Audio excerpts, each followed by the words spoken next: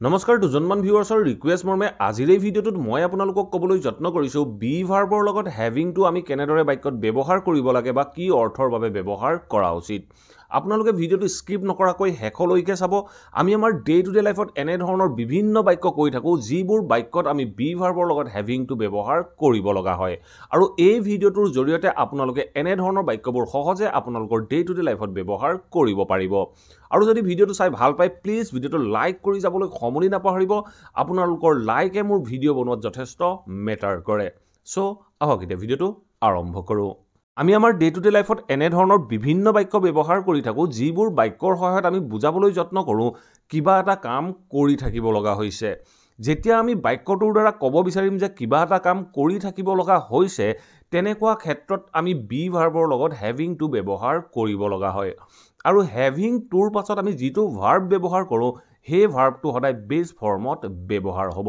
আমি কেনেদৰে বাক্যত ব্যৱহাৰ কৰিম দুই চাৰিটা এক্সাম্পলৰ সহায়ত মই আপোনালোকক বুজাবলৈ যত্ন কৰিছোঁ এতিয়া আপোনালোকৰ বাবে দুই চাৰিটা এক্সাম্পল আছে যিকেইটা এক্সাম্পলৰ সহায়ত আপোনালোকে সহজে কনচেপ্টটো বুজিব পাৰিব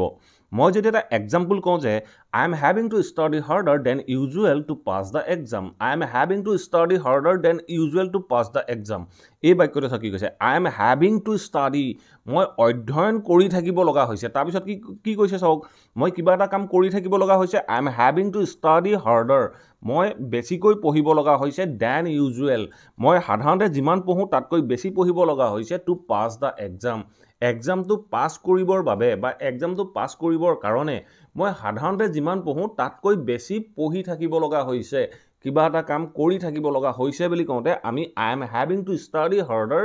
than usual to pass the exam এনে ধৰণে আমি বাক্যটো ক'ব লাগিব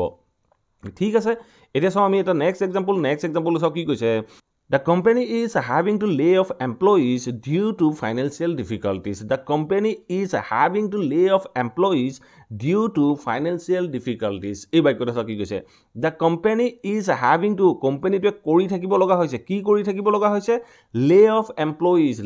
employees মানে হ'ল এমপ্লয়ী সকলক মানে কামৰ পৰা অটৰাই থাকিব লগা হৈছে বা আতৰাব লগা হৈছে কি কাৰণে ডিউ টু ফাইনেন্সিয়েল ডিফিকাল্টিজ অৰ্থনৈতিক সংকটৰ বাবে অৰ্থনৈতিক দুৰাৱস্থাৰ বাবে কোম্পানীটোৱে এমপ্লয়ী সকলক অটৰাই থাকিব লগা হৈছে এনে ধৰণে আমি হ্যাভিং টু বাক্যত ব্যৱহাৰ কৰিব লাগে ঠিক আছে এতিয়া আমি নেক্সট সেন্টেন্স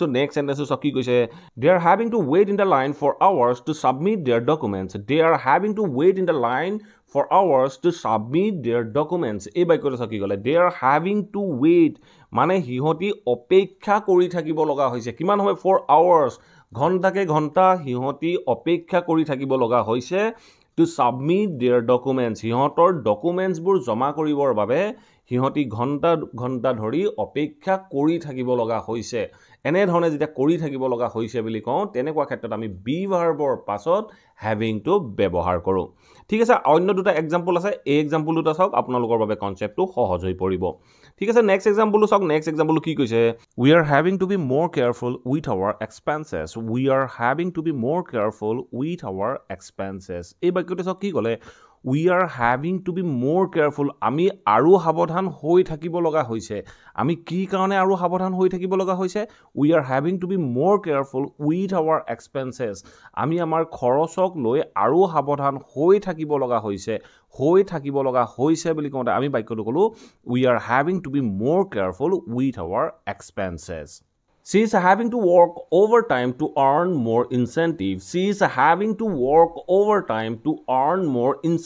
এই বাক্যটো কি ক'লে She is having to work overtime. তাই overtime কাম কৰি থাকিব লগা হৈছে কি কাৰণে to earn more incentive আৰু incentive ঘটিবৰ বাবে বা আৰু incentive উপাৰ্জন কৰিবৰ বাবে তাই ওভাৰটাইম কাম কৰি থাকিব লগা হৈছে বুলি কওঁতে আমি বাক্যটো ক'লো she is having to work overtime to earn more incentive এনে ধৰণে আমি বাক্যবোৰত বি ভাৰ্বৰ লগত হ্যাভিং টু ব্যৱহাৰ কৰিব লাগে আৰু যেতিয়া আমি বাক্যটোৰ দ্বাৰা অৰ্থ প্ৰকাশ কৰিব লগা হয় কিবা এটা কৰি থাকিব লগা হৈছে আশা কৰো এই ভিডিঅ'টোৰ পৰা আপোনালোকে নিশ্চয় বুজিব পাৰিলে বি ভাৰ্বৰ লগত হ্যাভিং টু আমি কেনেদৰে কি অৰ্থৰ বাবে ব্যৱহাৰ কৰা উচিত যদি ভিডিওটো ভাল পালে প্লিজ ভিডিওটো লাইক কৰক আৰু সকলোৰে মাজত শেয়াৰ কৰি যাবলৈ সমলি নাপাহৰিব আৰু যদি চেনেলটো সাবস্ক্ৰাইব কৰা নাই সাবস্ক্ৰাইব কৰি লৈ অল নটিফিকেশন অন কৰি ল'ব মই আপোনালোকৰ বাবে এনে ধৰণৰ ভিডিও প্ৰায় আপলোড কৰি থাকো আপোনালোকে নটিফিকেশ্যন পাব আৰু ভিডিঅ'বোৰ চাব পাৰিব। থেংক ইউ ফৰ ৱাচিং this video'. Have a nice day.